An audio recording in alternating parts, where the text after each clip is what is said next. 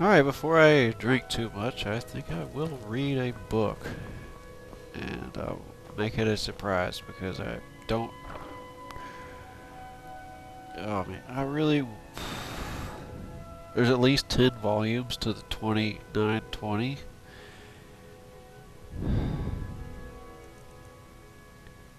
Wow, A Dance and Fire 3, 4, and 6. I don't have 1, 2, and these must be like unique books each, so. Let's try A Dream of Sovngarde. That sounds like a good thing to start with. It's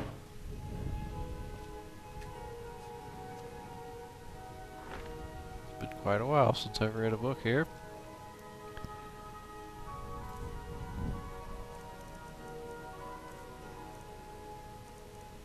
I took all of the extra books and threw them in the river.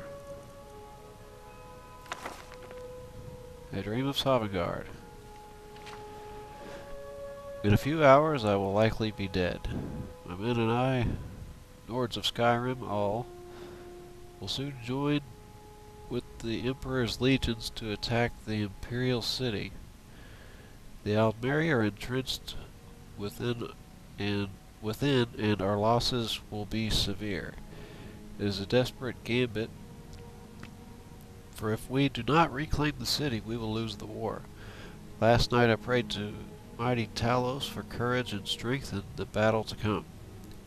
In these last cold hours before the sun rises, I sit down and write this account of a dream I had not long after. I believe this dream was the answer to my prayers, and I would pass along the wisdom it contained to my kinsmen, for the battles they will fight in the years after my passing. In the dream I walked through the mist towards the sound of laughter, merriment, and the songs of the north. The mist soon cleared, and before me lay a great chasm. Waters thundered over its brim, and so deep it was I could not see the bottom. A great bridge made all of whalebone was the only means to cross, and so I took it. It was only a few steps onto the bridge that I encountered a warrior, grim and strong. "I am Sun, master of trials," he said to me, his voice booming and echoing on the walls of the high mountains all around us. With a wave, he bade me to pass on.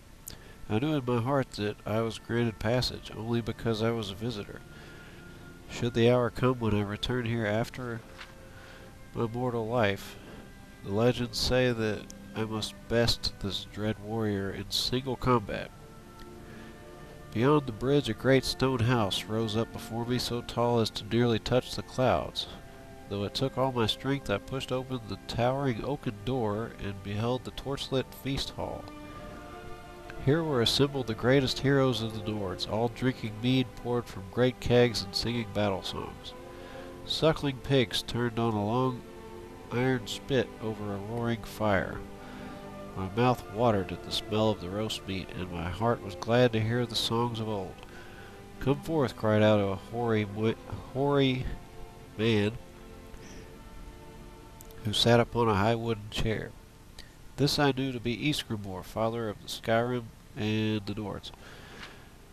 I approached him and knelt before him. "You find yourself in Sovngarde, Hall of the Honored Dead. Now what would you have of me, son of the North?" he bellowed. "I seek counsel," said I, "for tomorrow we fight a desperate battle, and my heart is full of fear." Ysgramor raised his tankard to his lips and drank until the cup was empty. Then he spoke once more. "Remember this always, son of the North. A Nord is judged not by the manner in which he lived, but in the manner in which he died." With that he cast aside his flagon, raised his fist to the air, and roared in a great cheer. The other heroes rose to their feet and cheered in answer. The sound still rang in my ears when I awoke. I gathered my men and told them of my vision. The words seemed to fill their hearts with courage. "The horns are blowing, the banners are raised, the time has come to muster." May Talos grant us victory this day, and if I am found worthy, may I once again look upon that great feast hall. Skardan Freewinter.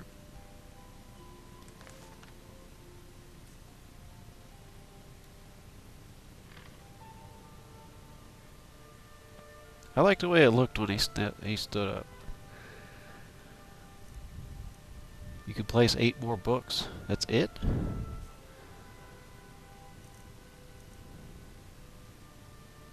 Maybe on the bottom shelf I can put another 11 books? 11? Really? Wait, what is books? These are all things that I can't drop or I don't want to drop, like the treasure map. I found this back at Fort Newgrad. I think I'm going to have to go back there again. I don't know if I can clear that place, but it is a flag on the map, on the strategery map. So which one did I just read? A Dream of Sovngarde?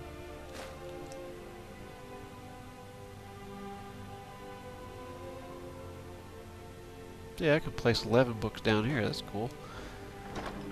What else do we have? Let's go to like, what about J? Jornabrit's Last Dance. I keep finding that and picking it up and bringing it back.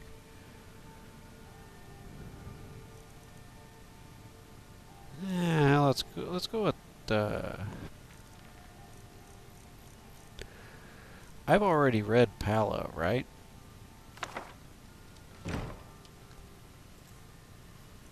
I remember when I rewatched 1 through 258, all those videos, I watched all of them.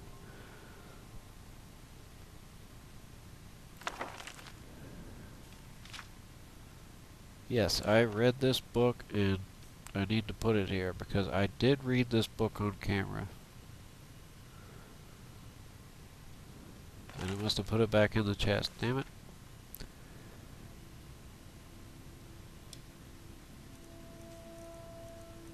This book I have already read.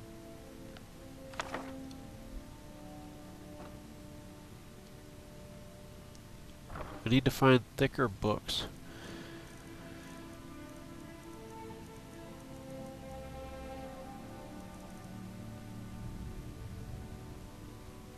That is a cool looking book.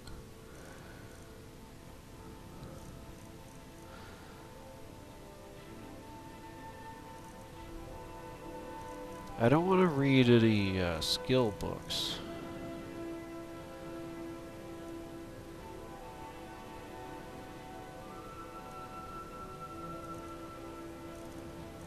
Disaster at Ionith. Let's see what that is.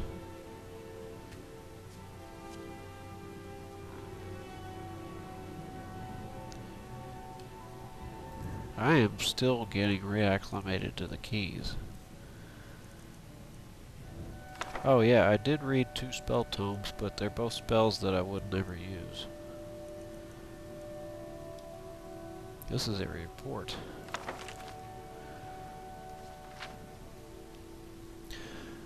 Part 1, Preparations. The Emperor's plans for the invasion of Akavir were laid in the 270s when he began the conquest of the small island kingdoms that lie between Tamriel and Akavir.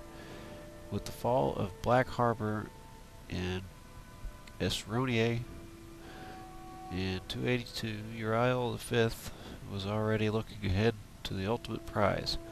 He immediately ordered extensive renovations to the port, which would serve as the marshalling point for the invasion force and as the main supply source throughout the campaign.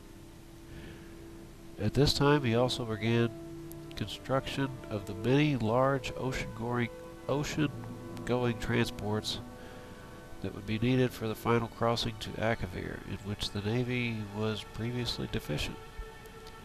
Thus it can be seen that the Emperor's preparations for the invasion were laid well in advance, before even the conquest of Esronie was complete, and was not a sudden whim, as some have charged. Since Prince Bashalman yielded Esronia to imperial authority in 284, the emperor's full attention could be devoted to planning for the Akaviri campaign.